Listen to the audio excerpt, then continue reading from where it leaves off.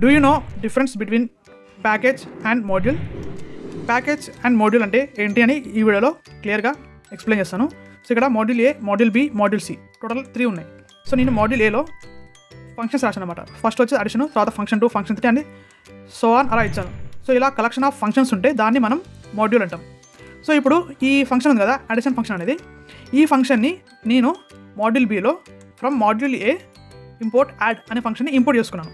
Import చేసుకొని ఇక్కడ మనకి ఆర్గ్యుమెంట్స్ ఏంటిది, ఇంపోర్ట్స్ ఏ కామా బి కదా.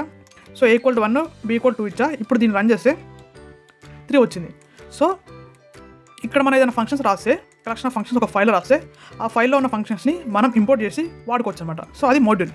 సో ఇక్కడ ప్యాకేజ్ అని ఉంది కదా. సో ప్యాకేజ్ అంటే ఏం లేదు, collection of modules. Collection of functions ఉంటే అది మాడ్యూల్ అవుతుంది. కలెక్షన్ ఆఫ్ మాడ్యూల్స్ ఉంటే అది మనకి ప్యాకేజ్ అవుతుంది. సో ప్యాకేజ్ అనేది ఇనిట్ ఫైల్తో ఉంటుంది.